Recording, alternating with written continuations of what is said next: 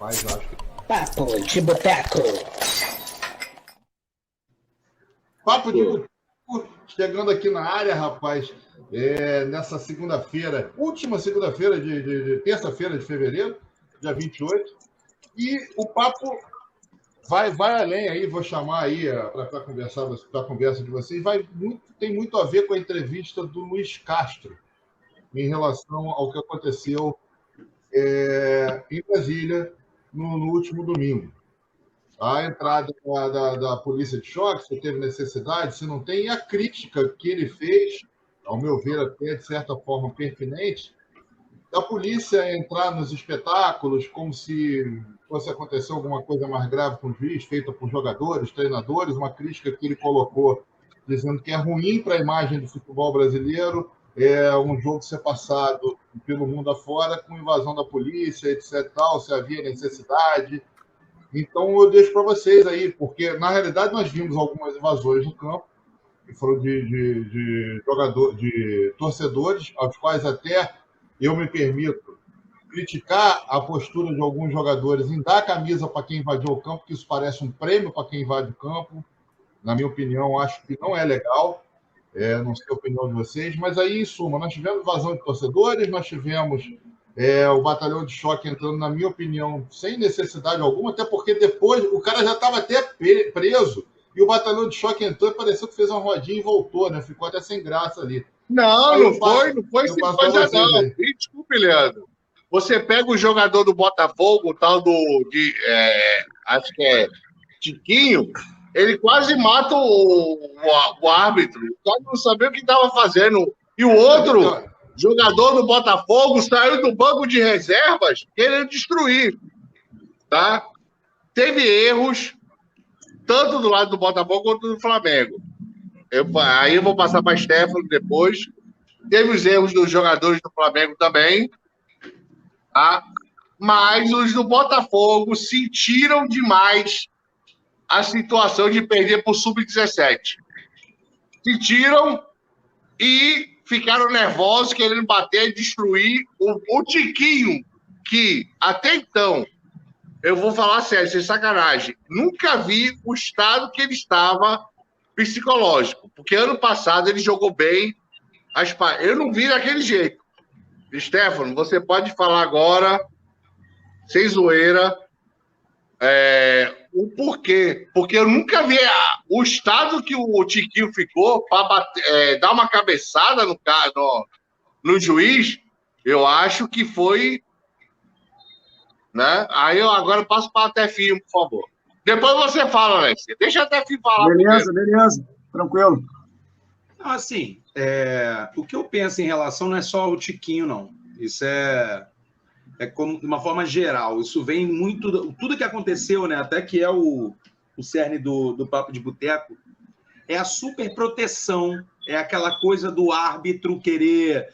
O árbitro é intocável e, querendo ou não, né, não configurar a imagem, né? Porque a imagem realmente foi um jogo muito nervoso, né? Foi toda aquela movimentação da polícia, né?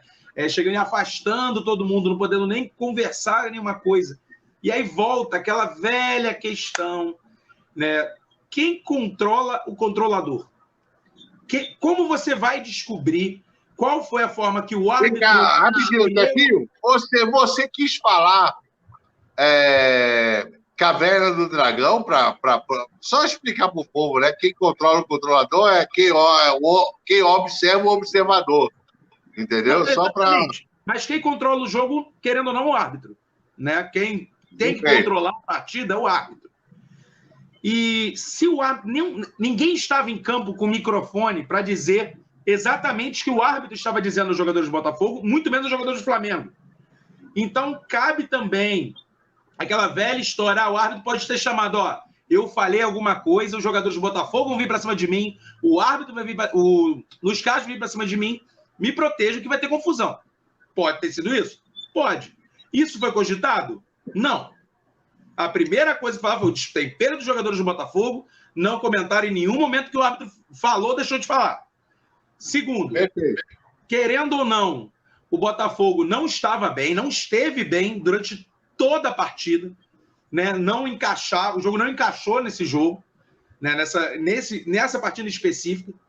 Né? Então, assim, até a gente adiantou muito, né, para o lado da entrevista do Luiz Castro, mas a gente tem que ver atrás dessa entrevista, o que aconteceu no jogo. Em nenhum momento, se na entrevista ele falou, não, o árbitro estava completamente errado, é uma coisa. Mas ele considerou o erro, né, como se ele ter sido empurrado e não ter conseguido nem chegar perto. Ele foi tratado como um animal ali. Falou, mas peraí, eu não falei nada, eu não estava gritando, eu não chamei ele de filho da... Não falou nada. E já afastaram o cara, como se assim... Ele falou, cara, e realmente, você vai ver no futebol mundial, isso não existe. Não existe também a reclamação com o árbitro, né? Nem no futebol italiano, no futebol inglês, não existe aquela pressão. Mas ele invadiu o gramado, concorda? Mas ele invadiu o gramado. Betão, posso dar um pitaco aí? Agora você, manda aí, deixa eu falar. O grande problema é que aqui no Brasil, ao final do jogo, já é praxe o policiamento entrar e rodear o trio de arbitragem. Tá? Por que isso acontece? Pela má educação dos nossos atletas. Os nossos atletas reclamam até de lateral invertido. Eles reclamam em demasia. É chato demais. Então, o que a própria federação e a CBF determinam? Elas preferem pecar de forma positiva do que de forma omissa. Então, para que não aconteça uma situação pior de algum atleta agredir um árbitro, algum atleta botar o dedo na cara do árbitro, ele já coloca esse policiamento justamente para coibir isso. Eu tô falando isso de forma bem tranquila. Até porque eu não assisti o jogo, eu estava no Maracanã no horário do jogo, eu só fui chegar em casa, era 8 e blau, e eu não vi os detalhes do jogo. Tá? Mas pelo que foi comentado comigo, pelo que eu li, o que aconteceu foi que o treinador do Botafogo, quando chegou para argumentar com o árbitro, já tinha uma porção de policiais ali em volta. Então, a partir do momento que encerrou a partida, não se tem que falar com o árbitro, e isso é determinação da CBF. Agora, se isso é correto ou não, isso a gente tem que fazer uma análise depois. Não, mas aí, só um detalhe. Eu vou voltar. Leandro, rapidinho. Eu vou voltar à pergunta que eu fiz. Leandro, você, por favor, você vire o cara principal dessa pergunta que eu fiz durante a semana. Todos os ocorridos no jogo Botafogo e Flamengo, tá? Invasão de campo, não sei o quê. Quem é o culpado? Responsável. Ou quem é o responsável? Eu falei no grupo lá para vocês, tá? Pela justiça desportiva. O responsável é o mandante do jogo. Independente de terem vendido o mando de campo. Quem era o mandante? Era Botafogo ou Flamengo? Botafogo. Então, o Botafogo fica responsável pela punição de invasão de campo, pela invasão pelo problema de falta de luz. Qualquer situação que atrapalhe o decorrer da partida é obrigação do Botafogo regulamentar por aquilo. Se o Botafogo pecou em alguma situação da administração da partida, responsabilidade do Botafogo. Porém, se algum torcedor do Flamengo invade o campo, aí a responsabilidade não é do Botafogo, a responsabilidade é do Flamengo. Só um detalhe nisso. Só que, se esse invasor for identificado e preso, nenhum clube assume responsabilidade nenhuma. Eles são isentos de punibilidade. Beleza? Agora, só uma observaçãozinha. O Tiquinho vai pegar um gancho pesado, hein? Pode ter certeza disso. Só um detalhe que eu ia falar com você, Betão, que eu ia falar, que eu vou passar para o Stefano. A invasão ali que o professor do Botafogo, Luiz Castro, fala, foi durante o jogo ainda, quando o Botafogo está tentando fazer alguma reação. Quando ele vai lá, ele não foi falar com o juiz após o jogo, não. Aquela hora ainda era durante a partida. Entendeu? Só para... Então ele ainda praticou uma infração. Ele invadiu o campo de jogo durante a partida. Na realidade, ele invadiu para tirar a polícia. Ele não foi para... Não interessa, ele invadiu o campo. Ele vai ser denunciado também. Ele invadiu para o policial não ir, entendeu? Não interessa, ele invadiu, ele vai ser denunciado também, infelizmente. Ele só pode ficar na área dele, cara. Não foi isso, Tefinho? Pode me corrigir se eu estiver errado, Tefinho. Só que eu acho engraçado, né? Isso é mais um exemplo assim, é um despreparo total da polícia nos estádios, né? Porque para invadir o campo é um gatinho, para impedir o treinador é um leão, né? É inacreditável. O cara consegue pular da arquibancada para o campo, ninguém consegue segurar o cara. Beleza. Aí o treinador que está ali... Na área técnica. Pelo amor de Deus, gente. Não, você está perfeito. Você está perfeito aí, Stefano. Eu não tiro nada que você vai falar aí. Sim. Lembra que eu perguntei no grupo justamente por isso.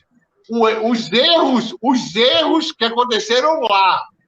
Tanto de torcedor do Flamengo invadindo, tanto torcedor do Botafogo, a preparação de polícia, a falta de luz, a falta de internet e até a falta do VAR foi falada, tá? E no lance, tanto que o lance do menino Matheus... o jogo não teve VAR, não? O atacante do Botafogo. Betão? O jogo não teve VAR, não? Problemas no VAR. Não teve VAR. Pergunta a Tefino. Tefino não teve VAR. Mas aí teve algum lance polêmico de interpretação que o VAR poderia... Teve lance polêmico. Teve o gol do Botafogo. Do Flamengo, mas o do Flamengo não, o do Flamengo dava para perceber que era anulado. Agora, do Botafogo foi o jogo do Matheus. O atacante, certo? Que teoricamente foi puxado. Esse jogo é um prato cheio, na minha opinião, esse jogo é um prato cheio para o STJD. Por quê? Tem a o quê? Desculpa, não entendi. É um prato cheio para o STJD. Por quê? No caso, Leandro, no caso aí é TJD, porque é estadual. É estadual. Mas olha só, tem a cabeçada do Tiquinho, tem o destempero do Marçal, que não chegou à agressão, mas provavelmente vai rolar ofensa moral, etc. Mas só em ter sido expulso ele já é denunciado. Mas a gente precisaria eu volto aqui, eu não tô querendo zoar, o Flamengo ganhou, beleza e tal. Mas os erros, os outros erros, tipo VAR, não sei o que, eu falei isso lá no grupo. O Betão, olha só, o que vai... Se tivesse VAR, o pênalti ia existir.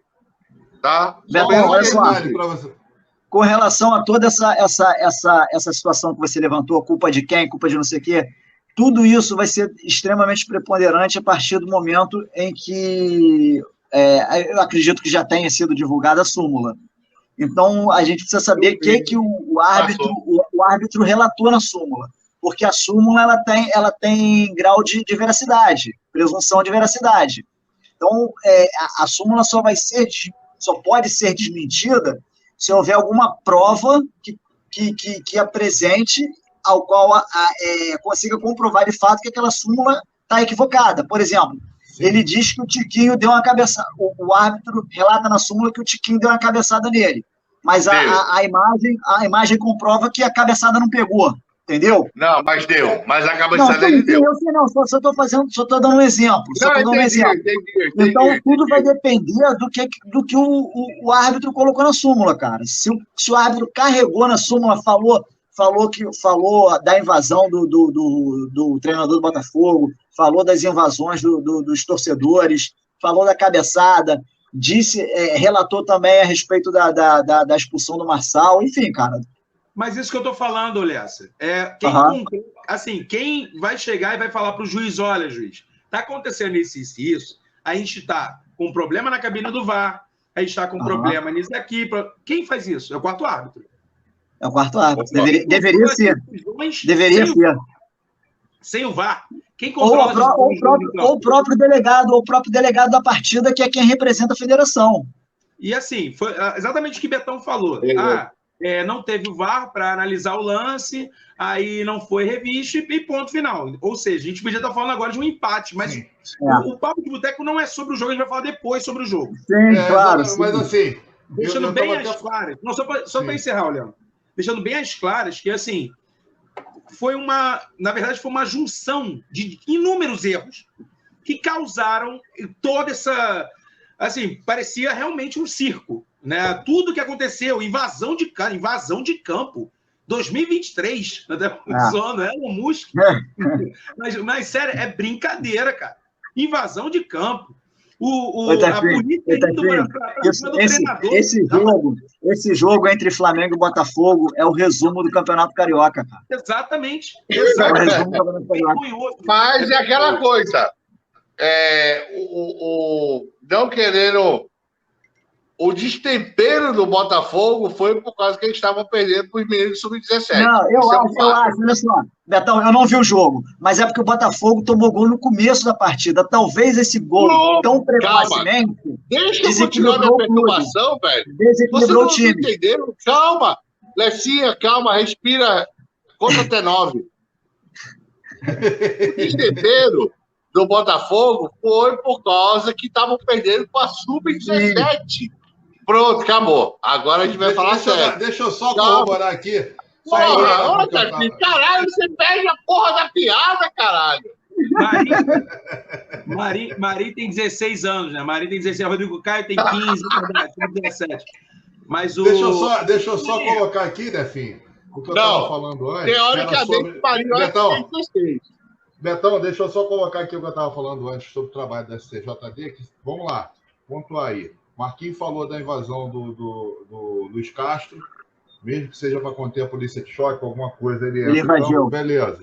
Marçal expulso, Carlos expulso do banco e Tiquinho expulso com agressão.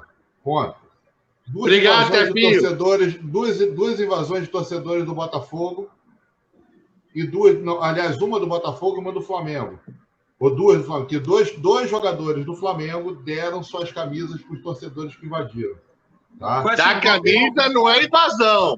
Não, veja bem, não é invasão, mas que é um fato, na minha opinião, errado, porque passar pano, né? É passar pano pela corroborar com o cara que está fazendo uma coisa errada, que é invadir o campo. Então todo mundo vai pensar agora que pode invadir o campo e vai ganhar a camisa de um jogador. Leandro, então, concordo. Esse jogador deveria ser, no mínimo, advertido ou falar pelo clube. Beleza, concordo. Não vou discordar sobre isso, não. Olha só, agora só para finalizar de minha parte. Quando eu falo da súmula, a gente precisa saber o que o árbitro relatou na súmula, porque conforme o que ele relatou na súmula, a denúncia da procuradoria vai ser em cima de agressão, ato hostil ou jogada violenta. Jogada violenta não, porque é árbitro. Agressão, ato hostil ou conduta antidesportiva. Tudo vai depender do que o árbitro relatou, então, entendeu? Se o árbitro relatou... vai levar um ticão. Não entendi. Agora, olha só. O Tiquinho vai levar um ticão.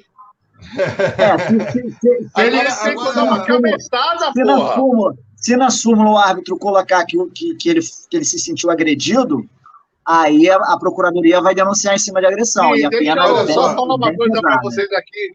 Eu vou me despedir. Tá? Só um detalhe, Betão, antes de você se despedir, avisar que o Guga está tentando entrar de todas as formas, por quê?